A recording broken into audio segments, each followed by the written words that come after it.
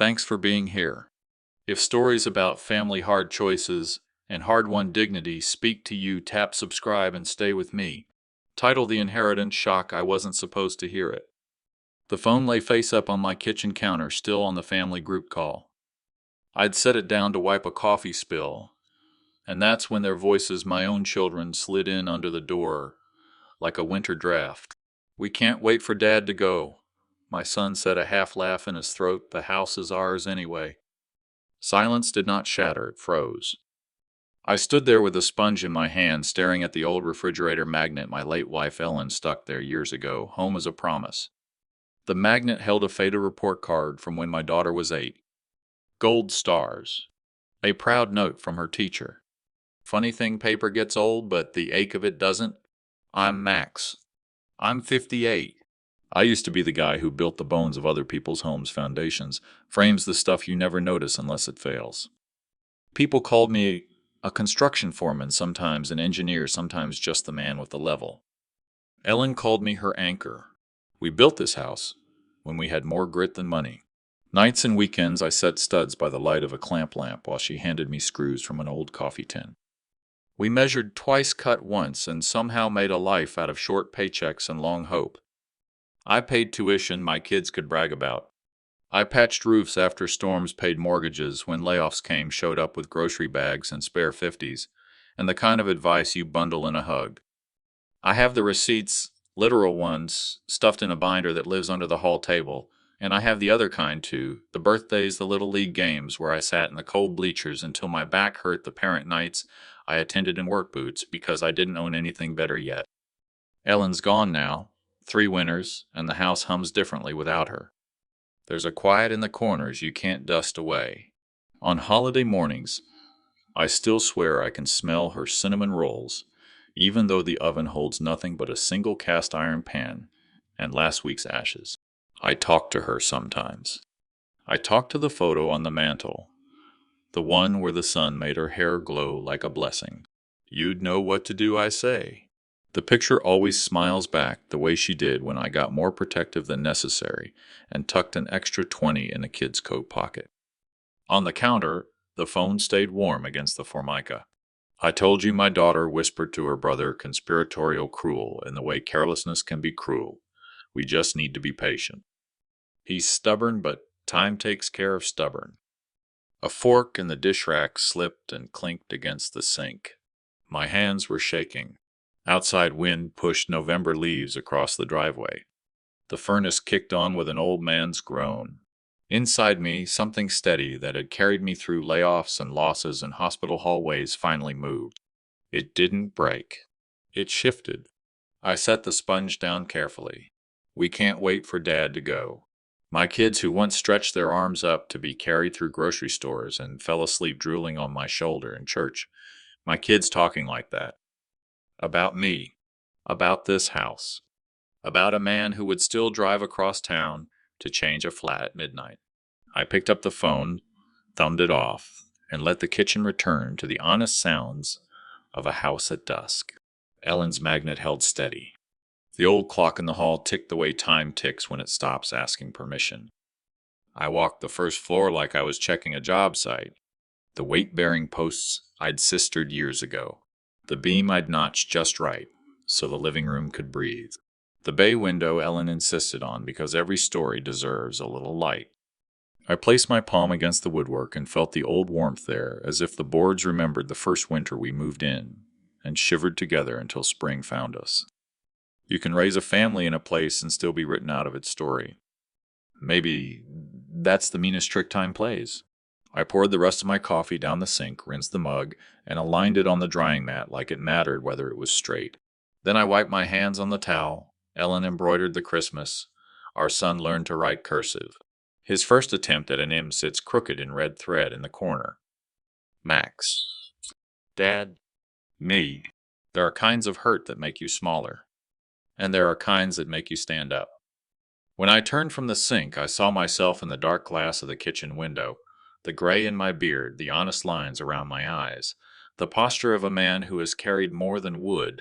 I thought of the binder under the hall table. Tuition. Mortgages. The many wallet blooms of a father's love. Ellen, I said in my head, I need your steady hand. I need your voice in that calm place behind my ribs. In the quiet that followed, I heard her the way you hear any true thing, not with your ears, but with your spine. Home was a promise she had told me once, smiling over a sink full of soapy water. But it's not a guarantee. I clicked off the kitchen light and let the hallway guide me forward toward the binder, toward the truth, toward whatever a man chooses when he's done being waited out. The house creaked. In the November wind, the same sound it had made for decades, though that night it felt less like comfort and more like judgment. I walked down the hallway, every step echoing heavier than the last, until I reached the small oak table beneath the coat hooks. There it was, the old black binder. Ellen used to tease me for keeping every paper, every receipt. Max, one day the weight of that binder will sink the table, she'd laugh. I'd just smile, saying you never know when it might matter. Now it mattered. I sat at the kitchen table and opened it, the hinges squealing like a tired door. Inside were 20 years of sacrifice stacked neatly in plastic sleeves. First, tuition. $48 zero, spread across 4 years, at the University of Colorado. I remembered those nights, my hands blistered from double shifts, dust in my lungs, but a grin on my face when I mailed the check because my son wouldn't have to stand where I stood. Then the wedding bill. $32 zero for one day. She wanted her dream wedding, and I worked weekends pouring concrete to give it to her. She cried in her gown, whispered, Daddy, you're the best father in the world. I'll never forget this. Yet here I was listening to her say I was just a burden. Car loans, utility bills, groceries for 2 extra mouths when Jeremy lost his job and they moved back in. I had paid it all without a word. Each page in the binder wasn't just a number, it was a piece of me. Sweat time, years I would never get back. I leaned back in Ellen's old chair and stared at her picture on the mantel. You warned me, I muttered. I remembered her voice when Caitlin was young Max. Don't give her so much that she forgets to be grateful. But I did, and she had. The house groaned again as if reminding me of the cost. Every nail I'd driven, every beam I'd lifted, every weekend I'd spent here building more than walls. I built a life, and they were already carving it up like vultures circling something not yet gone cold. I closed the binder, my hands steady now. Somewhere deep inside, grief and anger were hardening into something else, resolve. The kids thought they had time. They thought I would sit quietly waiting to be pushed aside, grateful for scraps of attention. But I wasn't dead yet, and I wasn't done fighting. The morning after, I woke up with the taste of betrayal still bitter on my tongue. Coffee hissed in the old pot, but it tasted different now, burnt hollow, as if even the beans knew the weight pressing down on me. Ellen's photograph stared at me from the mantel. Her eyes, captured forever in that frame, seemed to whisper, do something, Max. Don't let them take everything. I slid the black binder into a worn leather satchel I hadn't touched in years. It was the same one I used back when I was working construction, carrying contracts, blueprints, and pay stubs. Today it carried my life's worth receipts of sacrifice my children had long forgotten. The city outside felt brighter than it should have. Denver in autumn was always sharp, crisp air, the kind that cut right through your lungs. But as I drove downtown, the world felt muted, as though everything I passed, the park where Caitlin once rode her bike, the diner where Ellen and I used to split pie, had been painted over in grayscale. I parked outside a modest brick building on Colfax Avenue. The sign read, Fisher and Associates, Real Estate and Family Law. Ellen had insisted we meet with Todd Fisher years ago after her diagnosis. Just in case, she'd said. I'd shoved his business card into a drawer, thinking I'd never need it. But here I was. Inside, Todd looked up from his desk as I entered. He was in his mid-50s, graying hair at the temples, with the steady eyes of a man who'd heard every kind of heartbreak. He rose, shook my hand firmly. Mr. Hayes, he said softly. It's been a long time. I remember you and Ellen. I'm sorry again for your loss. I nodded, throat tight. Thank you, Todd. I need help. He gestured to a chair. I placed the satchel on his desk, the binder thudding like a gavel. Todd opened it slowly, flipping through the pages with a careful hand. Tuition, wedding bills, mortgage payments. His lips pressed together in a thin line. "Tell me what happened," he said. So I did. I told him about the overheard phone call. About Caitlin and Jeremy whispering in their hotel room, plotting to put me in a nursing home to sell the house Ellen and I had built nail by nail. About the words that had broken me. He's a burden. The house is worth nearly $1 million.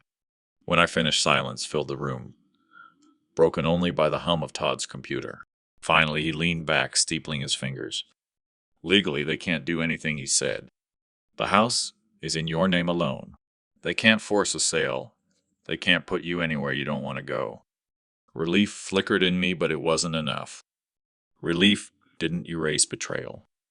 Todd studied me then, asked, "What do you want to do, Max?" I looked at him, the weight of years pressing on my chest. "I want them to understand," I said. "To feel what I felt. To know they can't erase me, can't treat me like I don't exist." Todd nodded slowly. "Then you need to take control. Sell the house yourself. Do it before they even know. Show them that the man they thought was weak still holds every card." The words hit me like a hammer striking steel. Sell the house. Strip away their inheritance, their dreams of profit, their smug certainty. For the first time since I'd heard Caitlin's voice on that call, I felt steady. My children thought I was confused, too old to fight back. But they had forgotten who built this house, who carried beams on his back, who poured every ounce of himself into its walls. I wasn't done yet. When I left Todd's office, the autumn sun cut sharp through the clouds, golden light spilling across the pavement. For the first time in weeks, I stood tall. The plan had begun. That afternoon, I drove back to the house with Todd's words still echoing in my ears, "Take control." The driveway looked the same as it always had, cracked concrete with weeds sprouting between lines, but to me it suddenly felt like the threshold to a battleground. I unlocked the front door and stepped into the place that had been my fortress, my sanctuary, and now my reminder of betrayal. The house was quiet, save for the soft ticking of the grandfather clock Ellen had gifted me on our 15th anniversary. Each second it counted felt heavier, like the beating of time itself against my chest. I started in the kitchen. The granite countertop gleamed under the afternoon light. I had cut and laid every piece myself, staying up nights with Ellen's coffee, keeping me awake because she wanted a kitchen that felt like sunlight. I ran my hand across it now, remembering her smile, remembering Caitlin, at age 7, climbing onto a stool to help her mother bake Christmas cookies. I moved into the living room. The burgundy sofa was still there, the one where Caitlin used to curl up doing homework, Ellen beside her with a book. I built the coffee table myself, out of oak, sanding it smooth late into the night while Caitlin colored at my feet. I could still hear her little voice, "Daddy, you're the best builder in the world." My chest tightened. Somewhere along the way, she had forgotten. Upstairs, I opened Caitlin's old room. Yellow paint faded on the walls, her high school photos taped beside the mirror edges curling with age. I stood in the doorway, remembering her 16th birthday when she begged me to repaint the room her favorite color. I had worked 2 straight weekends to get it perfect. She had cried with joy then. That girl felt so far away now. Finally, I entered the master bedroom. Ellen's perfume still lingered faintly in the closet.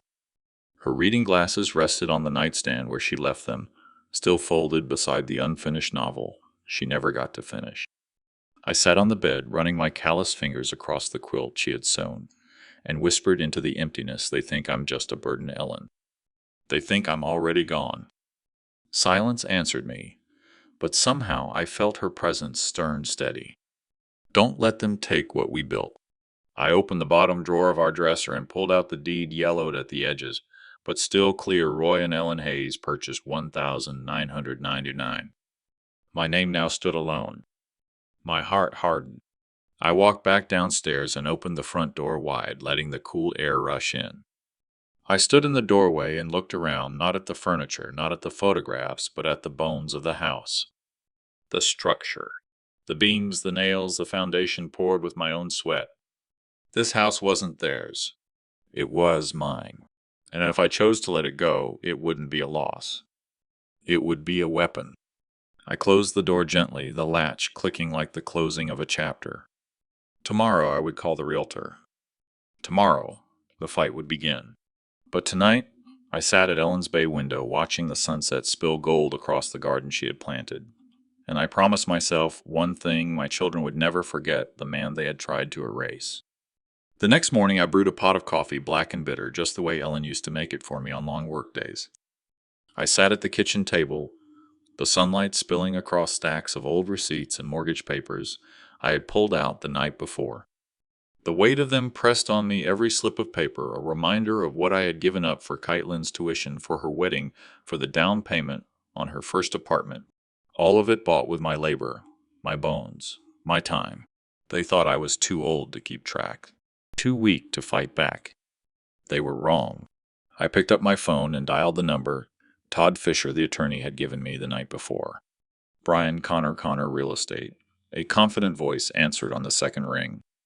"This is Max Hayes," I said, my voice steady despite the storm in my chest. "I was given your name. I'm looking to sell a house quickly."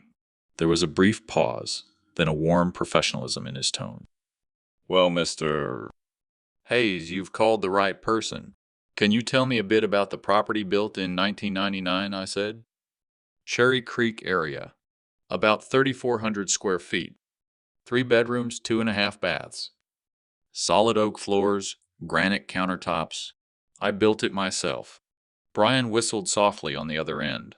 "Original owner, custom features, prime location, that's gold. Properties like that don't stay on the market.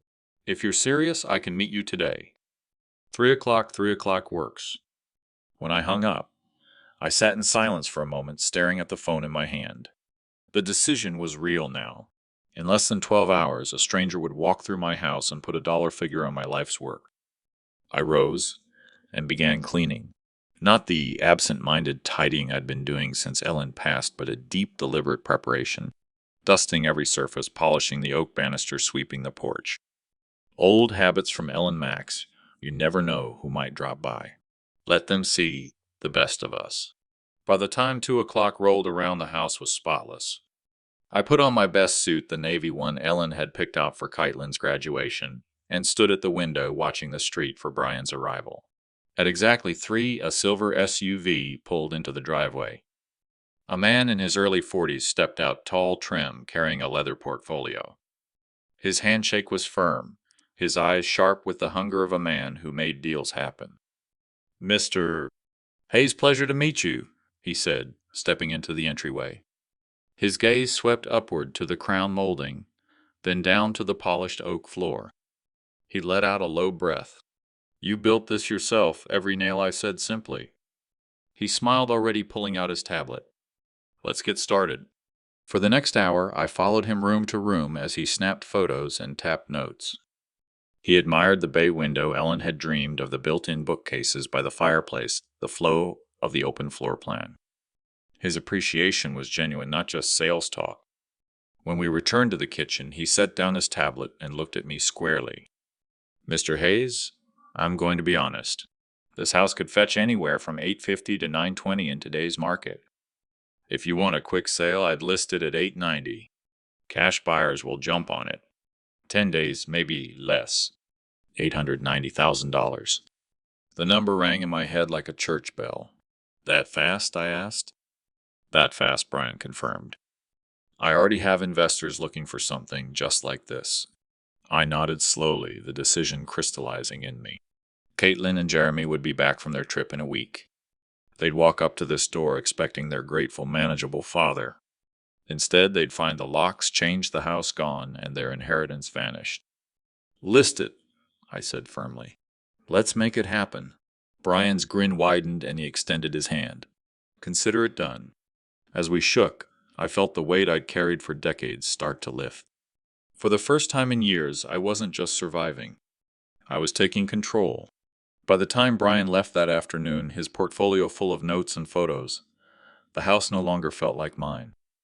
It felt like an asset, something about to be traded in a game I hadn't asked to play, but one I had chosen to win. The next morning, the phone rang just as I was finishing my coffee. It was Brian, his voice bright and brisk.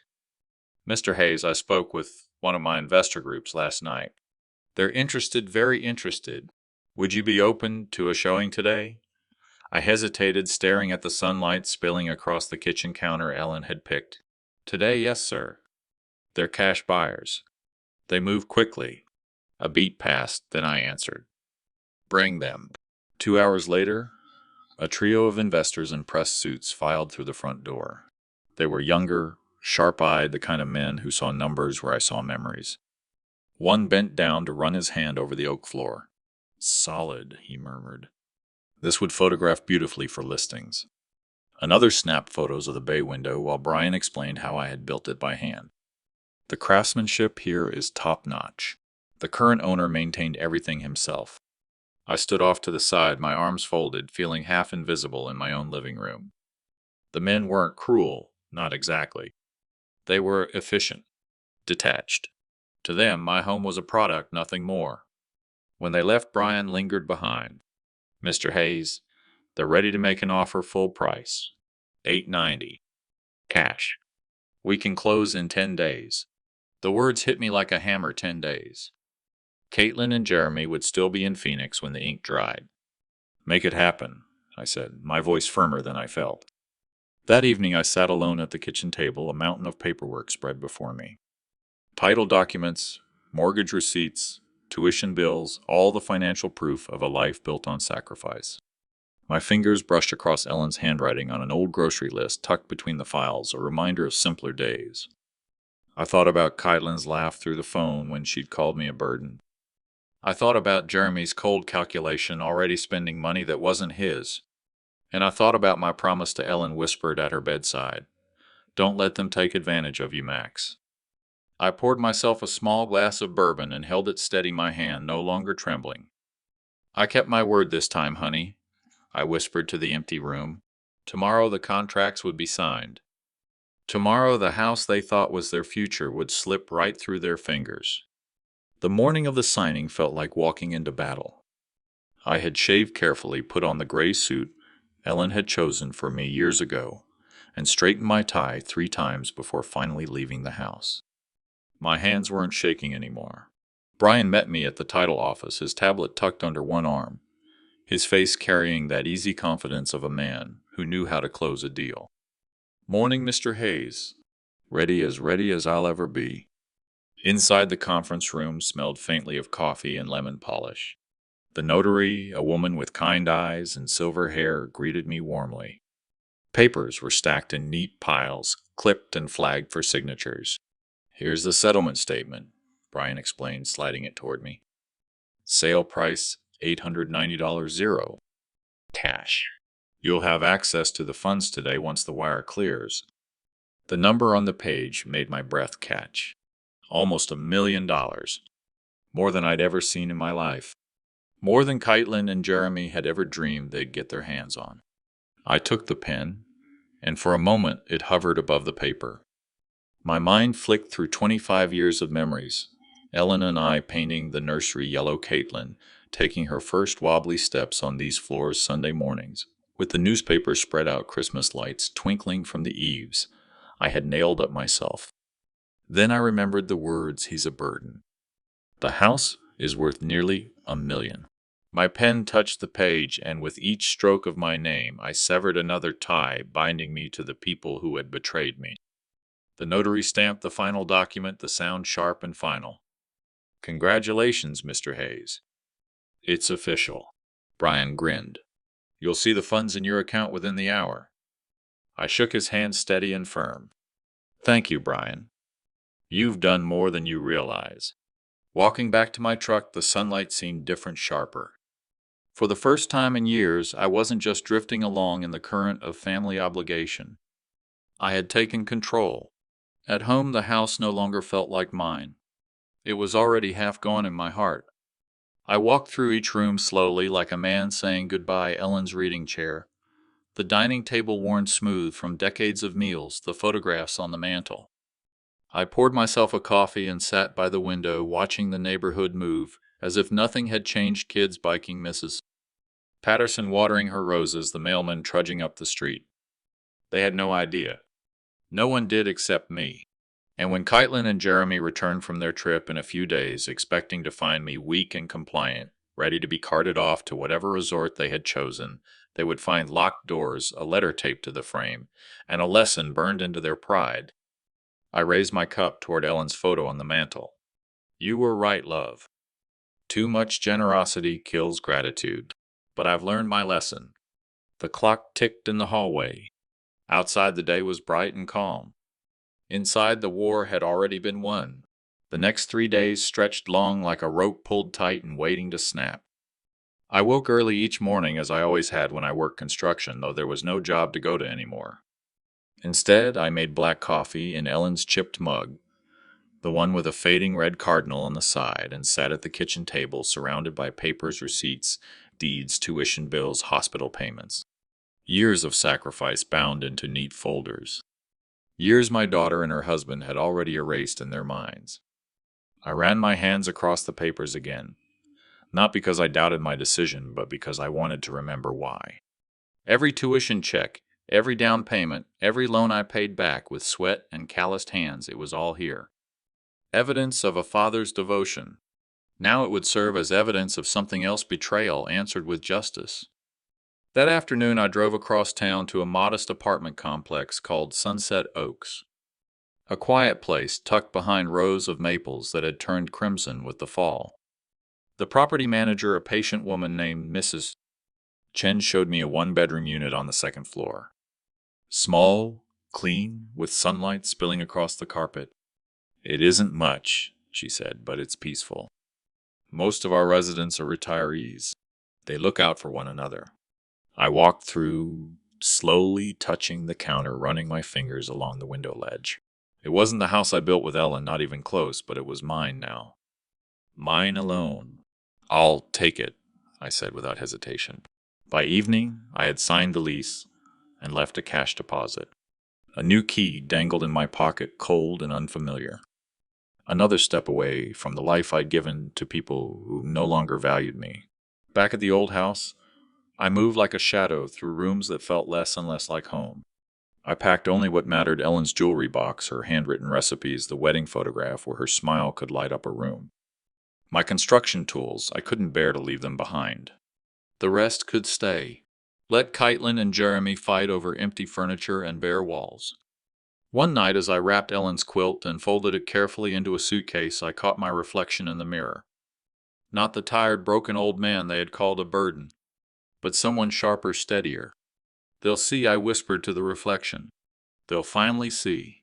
Each evening I rehearsed the letter I would leave taped to the front door. I read it aloud over and over until the words no longer sounded like anger, but truth. You plotted to put me away so you could take this house. But you forgot one thing: it was never yours. It was mine, built with my hands, paid with my sweat. And now it's gone from your reach forever.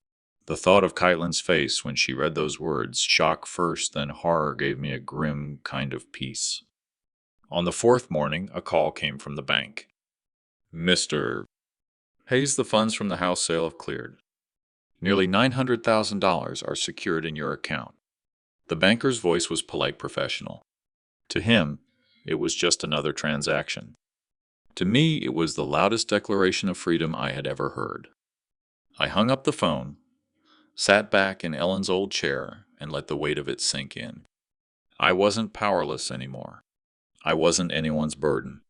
And in just 2 days, when Caitlin and Jeremy returned from Phoenix, they would find out exactly what it meant to underestimate me.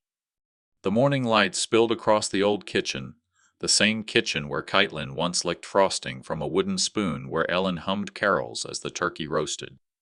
But today there was no warmth in those walls. Only the quiet determination of a man who had decided to end an old chapter. I stood at the counter, the letter unfolded before me, its edges already worn from my constant folding and unfolding. My handwriting, steady, precise, from years of drafting construction blueprints, spelled out the words that would break their confidence like glass. You thought I was helpless. You thought this house would be yours. But I am not gone yet. This home, my work, my sacrifices, they leave with me. Enjoy homelessness. I slipped the letter into an envelope, writing Caitlin and Jeremy across the front in bold strokes. My hands didn't tremble. Not anymore. The locksmith arrived just before noon, his van rattling into the driveway. A man in his 50s with grease under his nails and a polite nod, he asked the usual questions. Security upgrade, something like that? I replied. He didn't need to know the details. As he removed the old brass locks Ellen had picked out 2 decades earlier, I felt an odd pang in my chest. Another piece of her leaving with the turning of his screwdriver. But the sting quickly hardened into resolve. This wasn't about endings, it was about justice. By the time the locksmith handed me the new keys, the house was no longer theirs. It wasn't even mine. It was just a stage now, waiting for its final scene. That evening I unpacked a small box I'd received by courier, a hidden camera disguised as a phone charger. Rosa had insisted I shouldn't face Caitlin and Jeremy Storm alone. Max, if they deny everything, if they try to twist it, you need proof? Let the world see their reaction. She was right. Revenge wasn't only about the act itself. It was about the witnesses. I tested the camera in the living room, watching on my phone, as my own face appeared lined and tired, but alive with something fierce. I positioned it by the entryway, aimed to capture the exact spot where they would stand when they realized their keys no longer worked.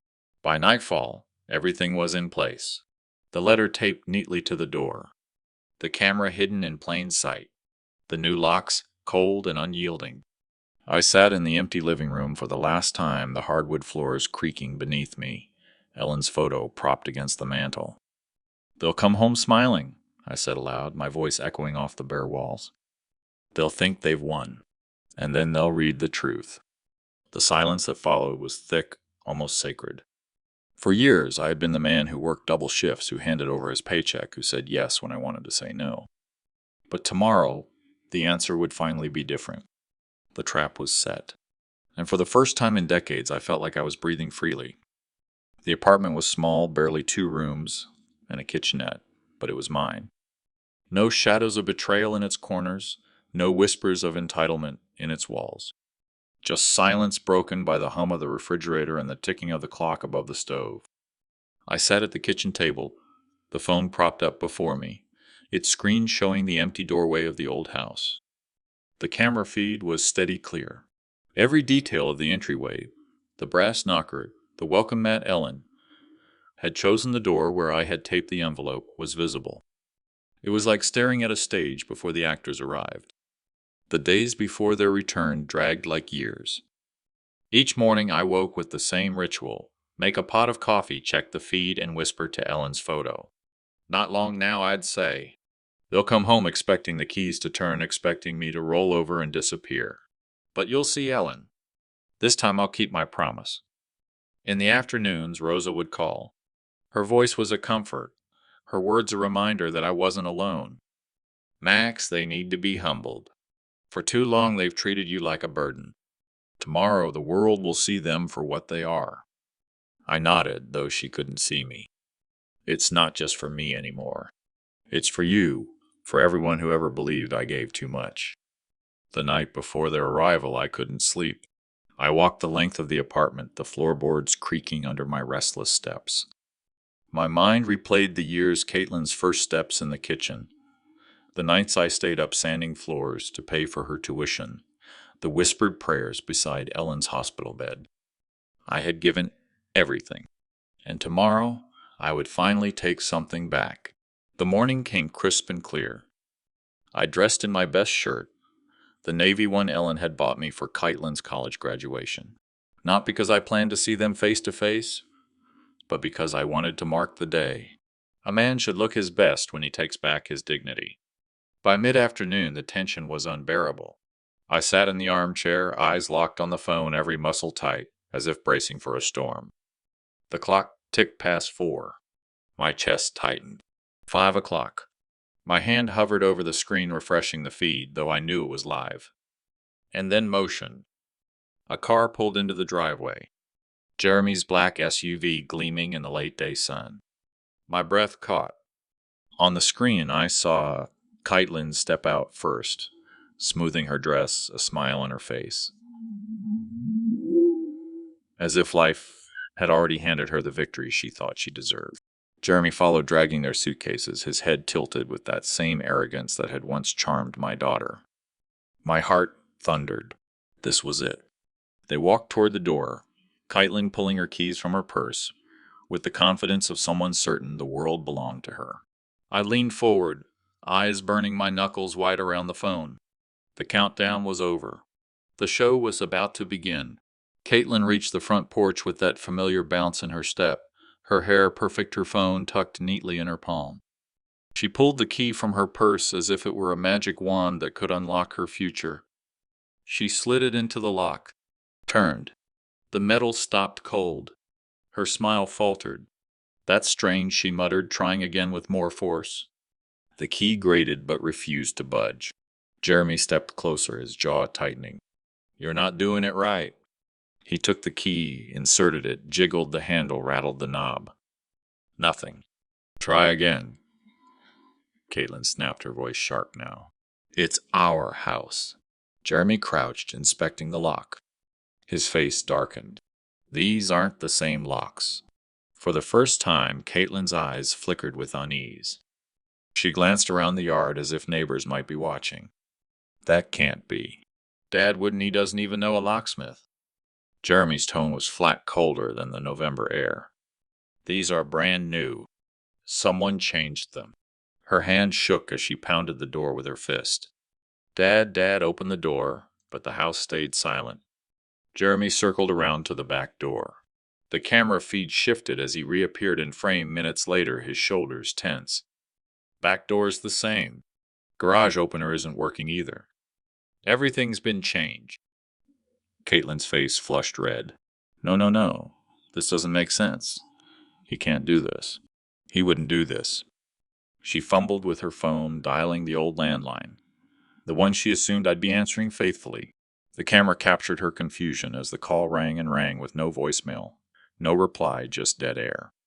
"Try his cell," Jeremy suggested. "He doesn't have one." Caitlin barked, her voice breaking. The polished veneer of control was slipping. That's when she saw it, the white envelope taped to the inside of the glass pane, the neat handwriting in bold black ink. Her breath caught. She froze, staring at her name written in my hand. Steady, deliberate. The same script that once signed her field trip permission slips and birthday cards. Her fingers trembled as she tore the envelope free. Jeremy leaned over her shoulder, both of them reading together. Their faces changed in unison. Confusion. Shock. Then dawning horror. The letters' words rang in their heads, though I couldn't hear them. I could imagine them reading, "I sold the house. The money is safe. You planned to put me away like a burden, but I am not the helpless man you thought. Enjoy homelessness." "Dad." Caitlin staggered back, clutching the paper to her chest. He sold it." "Jeremy, he actually sold it." Jeremy's mask cracked at last, his voice rising with panic. How could he? The house was supposed to." He stopped, fists clenched, chest heaving. On the camera, I watched them unravel. My children who thought me weak now standing in the cold outside a door that would never open for them again. And I sat miles away, calm for the first time in years, sipping coffee in my small apartment. The trap had sprung. The scene on Maple Street was unraveling fast. From my small apartment miles away, the camera feed glowed on my phone, capturing every twitch of panic. But what the lens couldn't show was the growing circle of eyes, neighbors drawn to the noise, standing at their windows, peeking out through curtains, some even stepping onto porches. Caitlin's voice rose high and shrill. "This is our house. You can't just sell it like that." She slammed the paper against Jeremy's chest as if it were his fault. Jeremy shot back louder than he intended. "It was never our house, Caitlin. Don't you get it? It was his all along." The sound echoed down the street. Mrs. Patterson from next door stepped onto her porch, clutching her sweater tight. Two kids on bikes slowed, staring wide-eyed. The Andersons across the road whispered to each other by the mailbox.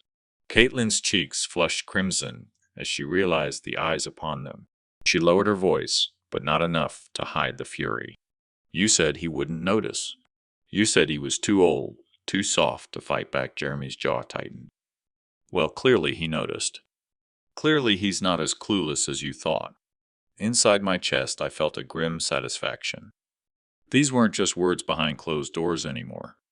This was public humiliation, the kind that couldn't be smoothed over with apologies or excuses. Caitlin tried to regain control, smoothing her hair, her voice dripping with false composure. There must be a mistake. I'll call the realtor, I'll call someone who'll fix this. But Jeremy snapped, his frustration boiling over. Fix it with what money? We're broke. Your father just locked us out and walked away with nearly $1 million. Do you even get it? We have nothing now. The neighbors could hear every word. I knew it because Mrs. Patterson shook her head, muttering to the man beside her. I could imagine the whispers spreading down the block about the ungrateful daughter and her smug husband, now locked out of the very home they schemed to steal. Caitlin turned, spotting the small crowd that had gathered. Her face crumpled, shame and rage colliding. Stop staring, she barked, but the words only drew more attention. Jeremy tugged her arm. Let's just go. Standing here like fools isn't helping. She yanked free, her pride refusing to let her retreat. I'm not leaving. This is my father's house. My childhood home. He has no right. Her words cracked in the air like brittle glass. And for the first time, Jeremy didn't defend her. He simply stood still, shoulders slumped, the fight draining out of him. From my quiet room, I leaned back in the chair. I had imagined this moment so many times, the key that wouldn't turn the letter, the dawning horror. But watching them crumble publicly, their reputations dissolving in front of neighbors who had once admired their perfect facade, this was sweeter than I dared to hope. They had wanted me hidden away, forgotten in some sterile nursing home. Instead, they stood exposed before their community, their greed and betrayal laid bare in the crisp autumn air. And for the first time in years, I felt lighter. The scene outside the house was no longer private. By now, nearly a dozen neighbors had gathered, some standing on their lawns, others lingering near mailboxes pretending to fetch the day's letters. But their eyes were fixed on Caitlin and Jeremy, who stood on the front porch as if the ground beneath them had caved in. Mrs. Patterson finally stepped forward, her small frame wrapped in a knitted shawl. Her voice trembled, but the words were sharp. Caitlin, I heard what you said. We all did. After everything your father's done for you, this is how you treat him. Caitlin's face flared with color. Mrs. Patterson, you don't understand. This isn't what it looks like. But another voice joined Mr. Thompson from across the street. Isn't it? We've watched Max for years, shoveling your driveway, fixing that fence, paying bills, while you two paraded around in that shiny BMW. We thought you appreciated him. Jeremy tried to push back, his tone defensive. This is none of your business. Family matters should stay in the family. But the crowd was emboldened. Mrs. Henderson, who had baked pies with Max every Thanksgiving since Ellen passed, shook her head. Family matters? You called him a burden. You schemed to put him in a nursing home just so you could sell this house. That's not family. That's theft. The murmurs grew louder. Heads nodded. Whispers turned into sharp condemnations. Caitlin's mask of composure cracked. Her voice shook as she snapped back. He doesn't know what he's doing anymore. He's not well, a neighbor interrupted, firm and unyielding. He knew enough to sell this house before you could steal it. Looks pretty sharp to me. The shame was unbearable. Caitlin's hands trembled as she clutched the note, crumpled now from her grip. Jeremy looked around the circle of faces, realizing the jury had already reached its verdict. For the first time, he had no slick words, no smooth excuses. His silence was more damning than any defense. Inside my small apartment, I watched it all unfold on the tiny phone screen. My chest tightened, not with regret, but with a sense of justice finally settling where it belonged. The humiliation wasn't whispered behind closed doors anymore. It was out in the open, undeniable. And the best part, I hadn't raised my voice, hadn't even lifted a hand. They had dug their own grave with greed, and now they stood buried in it while the whole neighborhood looked on. The following morning, Max sat at his sister Rosa's kitchen table. The smell of strong coffee filled the room, mingling with the faint aroma of cinnamon rolls Rosa had pulled fresh from the oven. Her kitchen was always warm, lined with family photos, children in graduation gowns, Christmas dinners long past, and Ellen's smiling face tucked in among them. Rosa reached across the table, placing her hand on Max's weathered knuckles. I heard the talk on Maple Street last night. Half the neighborhood was buzzing by bedtime. Caitlin and Jeremy can't show their faces without whispers following them. Max sipped his coffee slowly, his jaw tightening. It wasn't enough. They'll recover. They always do. Smooth talk excuses people forget. And then they'll come after me again, one way or another. Rosa tilted her head, studying her brother. So what are you planning? He exhaled a heavy breath that carried years of sacrifice. I've been gathering everything: receipts, mortgage statements, tuition payments. Proof of every dollar I bled for them. If they want to make me the fool, then I'll let the truth be read out loud in a room where they can't escape. Her brows knit together. You're talking about a public reveal? Max nodded. The church hall. Thanksgiving dinner. I'll invite the whole neighborhood, everyone who's ever seen me patch Caitlin's roof or cover Jeremy's car repair bill. I'll tell them exactly what I gave down to the penny. And then I'll show what I'm taking back. Rosa leaned back, the weight of his words sinking in. Then she smiled a sad, proud smile. Max, it's about time. You've spent your whole life giving. Maybe now you get to take a little dignity back. He reached into his worn leather satchel and pulled out a binder, its edges frayed from years of storage. He laid it on the table with a solid thump. Inside were neatly ordered folders, college tuition stubs, mortgage payments, even grocery store receipts, from when he'd stocked their fridge after Jeremy lost his job. Rosa flipped through the pages, her eyes widening. Good Lord, Max. This is a life's worth of giving. Max's voice was steady, almost cold. And I'm going to let them see it. Let everyone see it. That night, as he walked home beneath the streetlights, Max felt something he hadn't in years control. Every step crunched against the fallen leaves, each echo reminding him that this time the story wouldn't end with him being silent. He looked up at the November sky stars faint against the city glow and whispered to Ellen's memory. They thought they could erase me. But Ellen, I'm about to make sure they never forget me. The following Sunday morning, Max sat in the back pew of St. Andrew's Church, the same place where he and Ellen had once sung Christmas hymns with Caitlin at their side. The stained glass windows threw soft colors across the aisle, and Pastor John, broad-shouldered, kind-eyed, noticed Max lingering after the service. Max, Pastor John said warmly, you've been quiet these last months. Something's weighing on you. Max hesitated, then finally exhaled. It's my family, John. Caitlin and Jeremy. They see me as nothing but a burden, and now they're waiting for me to go like vultures circling. But I won't let them write my ending. The pastor's face hardened, his usual calm shifting into concern. Tell me what you need. Max leaned closer. Witnesses. Not just friends, but people who can see the truth and stand beside me when I reveal it. I've gathered the receipts, the mortgage slips, the college tuition checks, everything. I plan to show it all, and I need others to be there when I burn it down. Pastor John didn't blink. He placed a hand on Max's shoulder and nodded. If justice is what you seek, you won't stand alone. Count me in. That afternoon, Max walked across the neighborhood to Mrs. Henderson's front porch.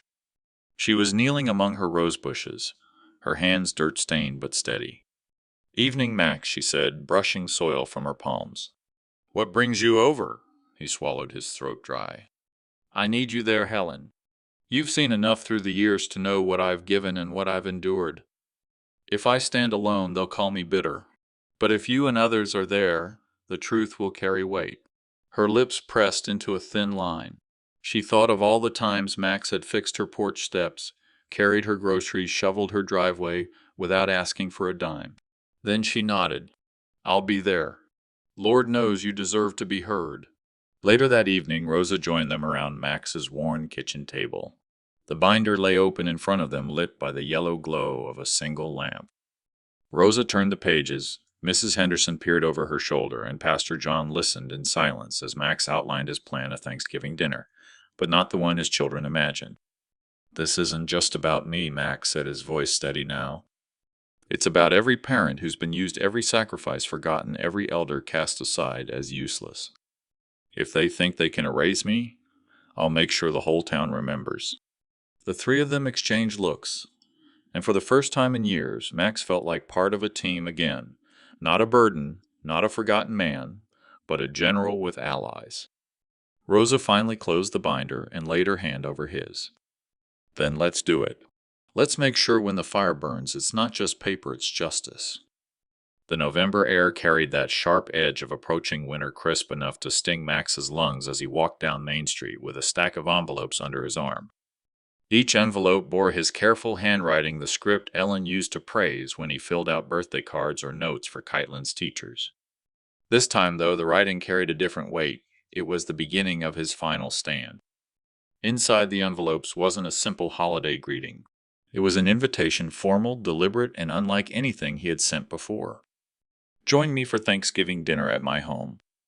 A gathering of gratitude, truth, and freedom. He didn't mention Caitlin or Jeremy. In fact, he purposely left their names off the list. This wasn't for them.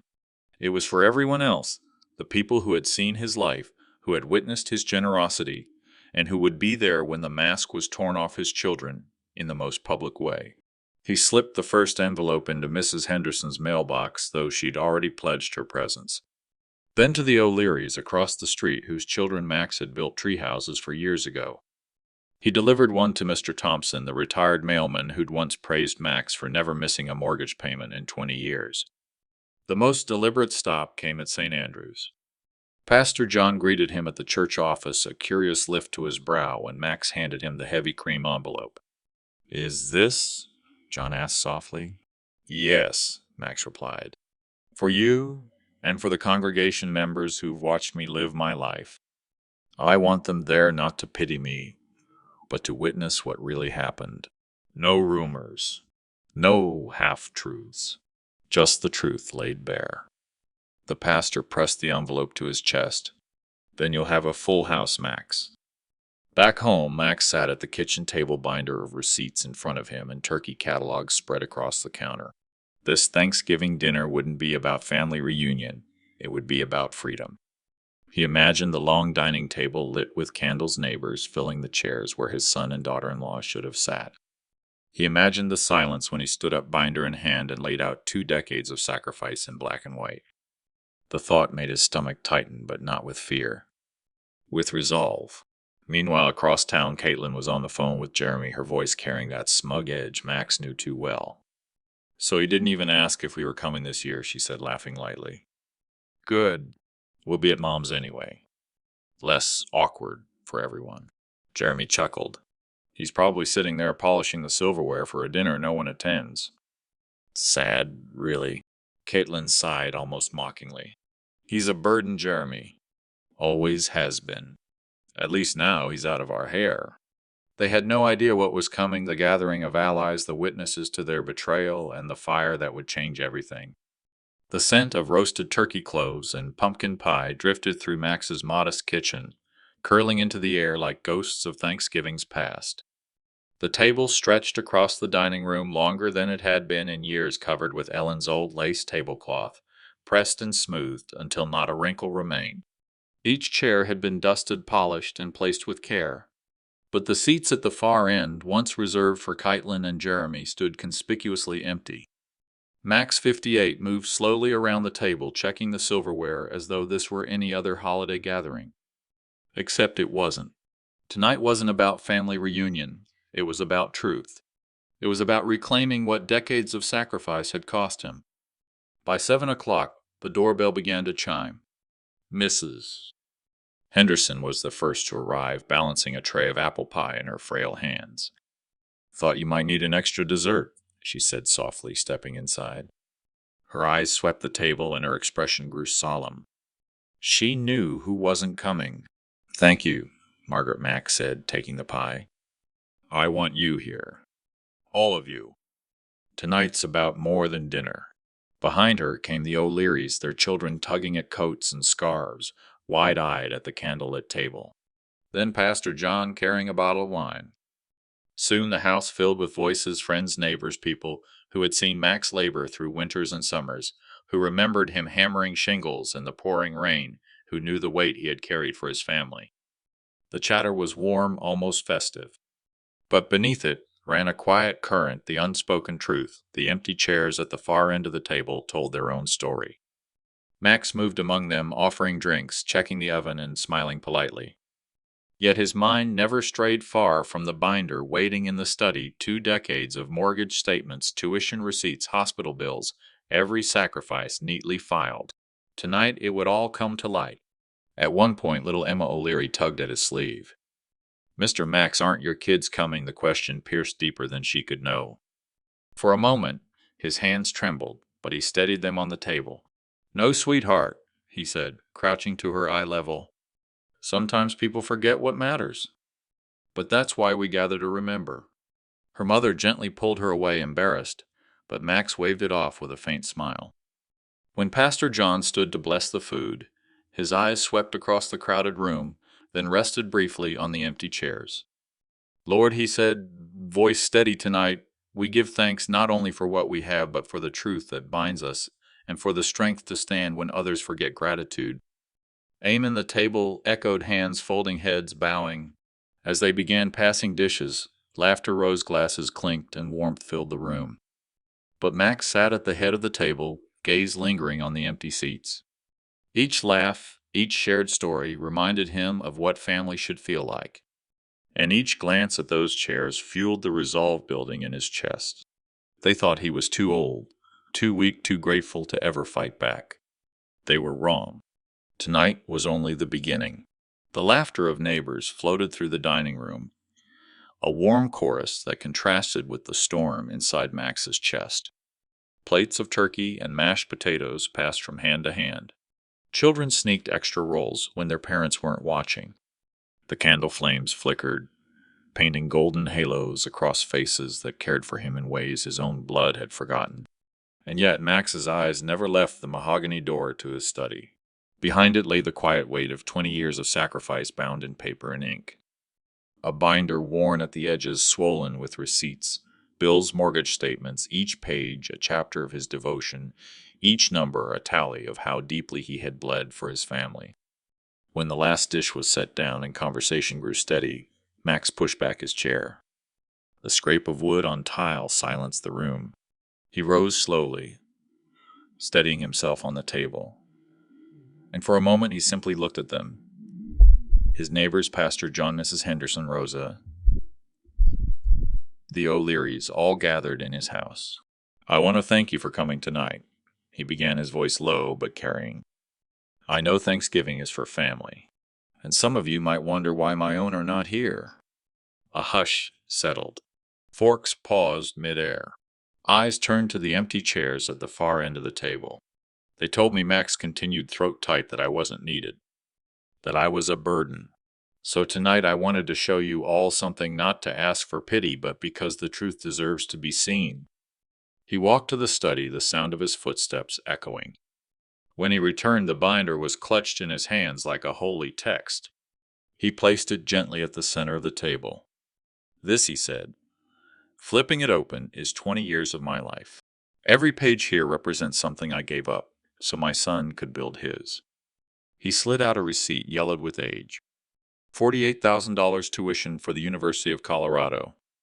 I worked double shifts, sometimes coming home with cement dust still on my lungs so he could graduate without debt. He pulled another page free, his hand steady now. $32,000, her dream wedding. I worked weekends, my back breaking, so she could wear the dress she wanted, dance under the lights she demanded. Gasps rippled across the table. Mrs. Henderson's eyes brimmed with tears. Pastor John bowed his head. "And here," Max said, lifting a stack of mortgage statements, "are the payments I made on their house when they fell behind. Hundreds of nights I sat in this kitchen, cutting back on my own groceries, keeping the lights dim to save a few dollars so they could keep a roof over their heads." The room was silent now. Only the ticking of the clock in the hallway punctuated his words. Max looked around at the faces watching him, some in disbelief, others in quiet anger at the cruelty done to him. "They thought I'd never speak up, that I'd just sit here eating leftovers waiting for scraps of affection." His voice grew stronger, steadier. "But I'm done being invisible. Tonight I want you to see who I really am, not the burden they called me, but the man who built, gave, and never asked for anything in return." He closed the binder with a firm snap. The sound rang through the room like a gavel. And for the first time in years, Max felt the scales beginning to tip, not in favor of betrayal, but in favor of justice. The binder lay on the table like a living thing, its weight more than paper and ink. The neighbors sat frozen forks, untouched eyes fixed on Max. Even the children seemed to sense something sacred was about to happen. Max stood tall, shoulders squared, and with a steady hand he picked up the binder again. "These pages," he said, lifting them for all to see, "have defined me for 2 decades. Every receipt, every statement proof that I gave everything I had. And yet to them it was never enough." He walked to the fireplace, the crackling logs throwing warm light across his face. The flames danced higher as if waiting for him. For a moment he simply stared at them, remembering every night he'd sat here with Ellen, his late wife, dreaming about the future. Now those same flames would carry away the past. He turned back toward the table. His voice grew stronger, sharper, echoing through the dining room. "They said I was a burden, that my time was over, that this house, this life, was theirs to claim once I was gone." He paused, his throat tightening, but he pressed on. "Well, tonight, I say no more. Tonight, I take back my dignity." He tore a page from the binder, an old tuition receipt, and held it high. "This paid for a degree he never thanked me for." He let the page fall into the fire. The flames licked it, hungrily, curling it into ash. Gasps filled the room. Rosa covered her mouth. "Mrs. Henderson whispered, "Oh, my Lord." Max ripped free another document, wedding bills. "This bought a wedding where I wasn't even in the photos." The flames consumed it, sparks bursting upward like tiny fireworks. Page after page, he fed the fire, mortgage payments, hospital bills, car repairs. Every sacrifice turned into ash before their eyes. His face glowed in the firelight, not in anger, but in release. With each sheet that burned, the lines of bitterness on his face seemed to soften, replaced by something harder, cleaner resolve. When the last page was gone, he held the empty binder above the flames. For a moment, he hesitated, Ellen's voice flickering in his memory. "Don't give her so much that she forgets to be grateful." He whispered almost to himself, "You were right, Ellen." Then he dropped the binder into the fire. The room erupted, not in chaos, but in a slow, rising wave of applause. Pastor John stood first, clapping with solemn reverence. Mrs. Henderson followed, tears streaming down her cheeks. Soon the entire table was on their feet, cheering, clapping voices rising in unison. "You just took back your life, Max," someone shouted. "That's the bravest thing I've ever seen," Rosa said, her hands trembling as she wiped her eyes. The flames roared higher, reflecting in Max's eyes. He stood with his hands behind his back chin, lifted, the applause washing over him like a baptism. He was no longer the forgotten father, the quiet man in the corner. Tonight, before God and community, he had declared his worth. For the first time in years, Max felt free. The night after the binder burned, word traveled faster than Max ever could have imagined. In small towns, stories had wings, and his act of defiance became more than just a dinner tale. It became a legend. By morning, Mrs. Henderson was recounting every detail to her sister over the phone. Rosa told her friends at church, her voice carrying both pride and sorrow. Pastor John, unable to hide the truth, wove it into his Sunday sermon as an example of a man reclaiming his dignity after years of sacrifice. "Max showed us last night," Pastor John said from the pulpit, "that dignity is not for sale, nor should it ever be taken for granted." He turned ashes into freedom. The congregation murmured their agreement, and whispers rippled through the pews. "Did you hear what Max did? He burned every receipt in front of everyone like a cleansing." By Monday morning, the story had spilled out of the neighborhood and into the wider community. At the grocery store, a cashier leaned across the counter. "Mr. Thompson, I heard what you did Friday night. That was powerful." Even strangers nodded with a mixture of respect and awe as Max walked past. He wasn't seeking fame, but he couldn't stop the momentum. One neighbor called it the bravest Thanksgiving act I've ever seen. Another compared it to something out of a novel. For Max, it was surreal. All he'd wanted was to end his silence, to stop being erased in his own family story. Yet here he was, walking through town like a man finally recognized. His heart, though still bruised, felt lighter than it had in decades. Meanwhile, whispers reached the ears of people he had not expected. An old friend from the construction site called him up. Max, I heard you stood up at dinner and burned it all, every record, every bill. Is that true? It is, Max admitted quietly. Man, the friend said, his voice thick with admiration. You've got more backbone than any of us. We all knew you gave everything to your family. Now everyone else knows, too. But perhaps the most important echo came from where Max least expected it. A neighbor's teenage son approached him shyly one evening, shuffling his sneakers against the sidewalk.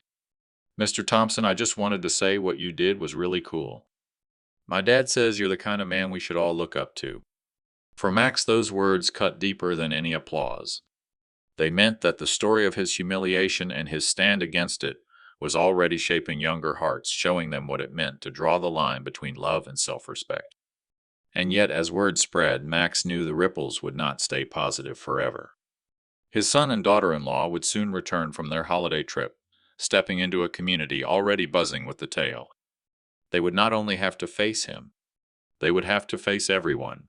The humiliation Max had endured in private had been transformed into a lesson broadcast publicly, and his revenge, quiet yet blazing, was now too big to be ignored. By the time Daniel and Jenna returned from their holiday trip, the story had already beaten them home. Their SUV rolled into the driveway of Max's modest house, but before they could unload their bags, they noticed Mrs. Henderson watering her roses across the street. She paused, looked straight at them, and then shook her head with a sadness that stung more than words. Jenna frowned. Why is she looking at us like that? Daniel muttered. Ignore her. Probably another one of her nosy neighborhood moods. But even as he said it, his stomach twisted. Something was off. Inside the house, everything was quiet, too quiet. On the dining room table sat the remnants of Max's gathering: empty plates, candle stubs, and wine glasses left behind after neighbors had toasted him. At the fireplace, nothing remained but gray-white ash, the faint smell of burnt paper still lingering. What the hell? Daniel whispered, stepping closer. He crouched, running a finger through the ashes. The fragments were unmistakable edges of receipts, charred mortgage statements, burnt bank letters. He recognized his own name on one half-burned page. Daniel Thompson, loan payment covered by Max Thompson. Jenna's face went pale. He burned them. All of them. Daniel turned sharply toward her. What do you mean those records, everything he's done for us? Gone. He must shown everyone. The confirmation came sooner than expected. That afternoon, as they ran errands in town, whispers followed them wherever they went. At the grocery store, a cashier wouldn't meet Daniel's eyes. Two men in line behind them nudged each other and murmured. Outside, Rosa passed them on the sidewalk without a word, her lips pressed tight, her glare cutting. Finally, Pastor John's wife, a gentle woman who had always spoken kindly to Jenna, shook her head as they walked by. How could you treat your father that way? She said softly. The whole town knows what he sacrificed. And now they know what you've done. Jenna's cheeks flamed red. She clutched Daniel's arm. Everyone knows. He made sure of it. Daniel clenched his jaw, his pride boiling into rage. He humiliated us. Publicly. No, Jenna corrected, her voice trembling. He showed the truth. When they returned home that night, the silence between them was unbearable. Daniel stared at the blackened fireplace, at the ashes that seemed to mock him. This isn't over, he muttered. We can fix this. We just have to talk to him. Get him to undo it somehow. But Jenna shook her head, tears slipping down her face. Undo it, Daniel. There's nothing to undo. He set himself free, and he made sure everyone knows we're the ones who chained him down. For the first time, Daniel felt the weight of that truth pressing on his chest. Max hadn't just burned papers. He had burned their image, their credibility, and the comfortable illusion that the sacrifices had been theirs to spend. The town now stood with Max, and Daniel realized with a sick twist in his gut there was no way to win this back. 2 days later, Daniel could no longer bear the whispers, the stares, the way the whole community seemed to have turned its back on him. His pride, once his armor, had become a burning weight on his chest. He drove across town, his hands gripping the steering wheel so tight his knuckles turned white. Jenna sat silently beside him, staring out the window, her face pale and drawn. When they pulled up to Max's house, the house Daniel had always assumed would one day be his, He froze. The lawn was neatly trimmed, the porch light glowing warmly against the twilight. On the front steps, a small basket of muffins sat with a card for Max with "Love, Mrs. Henderson." The sight made Daniel's jaw clench even tighter. His father didn't just have the sympathy of neighbors, he had their loyalty. Max opened the door before Daniel could knock, as though he had been expecting them. He looked calm, collected, dressed in his old but neatly pressed shirt, the kind he'd worn back when he was still working long shifts on construction sites. His eyes, though tired, carried a steadiness that Daniel hadn't seen in years. "Dad," Daniel began, his voice sharp. "What the hell did you do?" Max leaned against the doorframe, his arms crossed. "I told the truth. That's all." "The truth?" Daniel's voice rose. "You humiliated us. You made us look like monsters in front of the whole town." Jenna stepped forward, her voice trembling. "Dad, people won't even talk to us anymore. We can't go anywhere without hearing whispers." "Why did you have to do it so publicly?" Max's gaze shifted between them. "Because privately you never listened. Quiet talks didn't change a thing. I gave everything I had to this family: mortgages, bills, tuition, weddings. I covered for you both time and again. And still, all I heard was that I was a burden. So yes, I told the truth where everyone could hear it." Daniel's fists tightened at his sides. "You've ruined us." Max stepped closer, his voice low but firm. "No, Daniel. You ruined yourselves when you started treating me like a problem to be solved instead of a father to be loved." The silence that followed was thick, broken only by the hum of crickets outside. Jenna's eyes filled with tears. "Dad, we were wrong. But can't you forgive us? Can't we just go back?" Max's expression softened for a fleeting second, then hardened again. "Forgiveness, maybe. But going back, no. You showed me who you really are. And I can't unhear those words. You'll have to live with them, just like I lived with your silence all those years." Daniel's voice cracked with frustration. "So, what now? We're just nothing to you?" Max took a deep breath, then looked past them toward the darkened street where neighbors' porch lights flickered. "What you are to me now," he said slowly, "is a lesson. A reminder of what happens when gratitude dies and greed takes its place. You'll have to decide if you want to stay there or change." He stepped back and closed the door quietly, leaving Daniel and Jenna on the porch, the night air colder than they remembered. For the first time, Daniel realized his father wasn't the weak old man he had dismissed. He was stronger than either of them had imagined because he no longer carried their weight. The Sunday after the confrontation, the church pews were fuller than usual.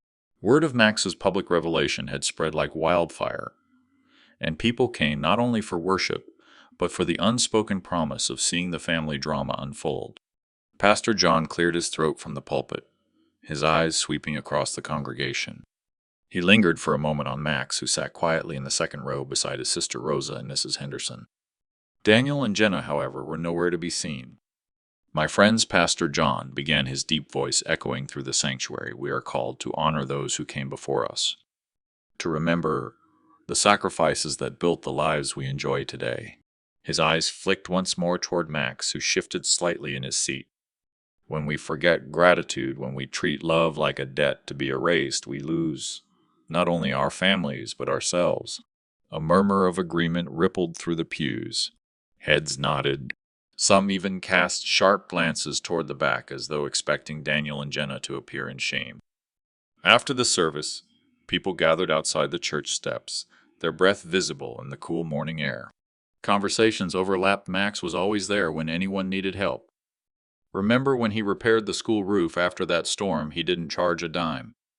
He raised that boy alone after his wife died, and this is how he was repaid. Rosa placed a hand gently on her brother's arm.